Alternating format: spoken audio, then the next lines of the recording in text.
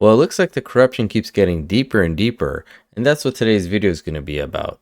Now, in question period today, there wasn't too much that happened, but at the beginning, Pierre brought up the fact that the Auditor General finally met with the RCMP, and she stated that she can't really continue much of her audit because the documentation that she actually needs, she now is going to have to put in a court order to retrieve, even though the government has access to these documents themselves. Auditor General said after she exposed the Arrive scam with this $60 million in spending she's been able to find, she says the RCMP, whom she just met about the scandal, will now have to go to court to get a production order to get all of the documents that the Prime Minister is covering up. If the Prime Minister really has nothing to hide in his Arrive scam affair, then why won't he release the documents to both the police and the parliamentary committees investigating so we can get to the bottom of this scandal? Now, this was a very straightforward question, but seeing as it's not Wednesday, Trudeau wasn't actually in the House, so his Minister of Procurement was the one who answered, and listen to this ridiculous answer.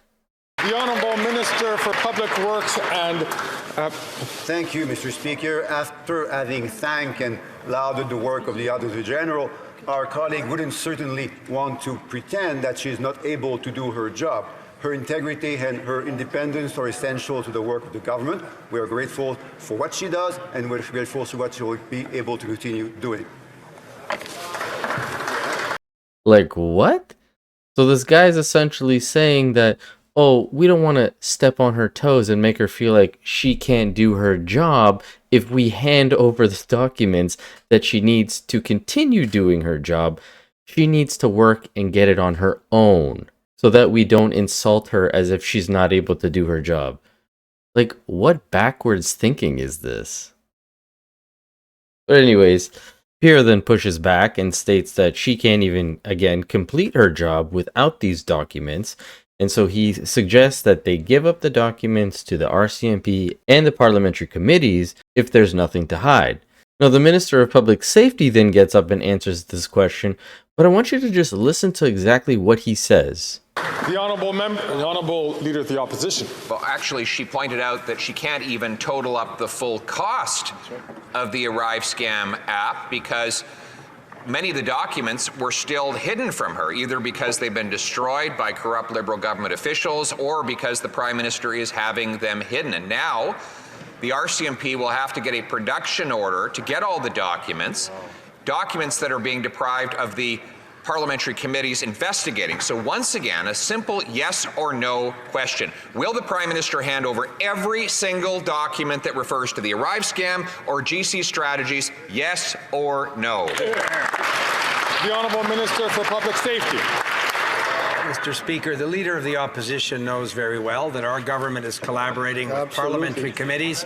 The Office of the Auditor General, the Border Services Agency is doing an internal review and investigation with respect to many of these matters, and officials have from the very beginning referred to the RCMP any and all information where they think it might be appropriate for the RCMP to investigate, where they think it might be appropriate for the RCMP to investigate, Where they think it might be appropriate for the RCMP to investigate. Where they think it might be appropriate for the RCMP to investigate?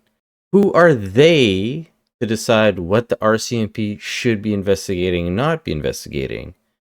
If the RCMP needs a documentation, you should just be providing them with the documentation.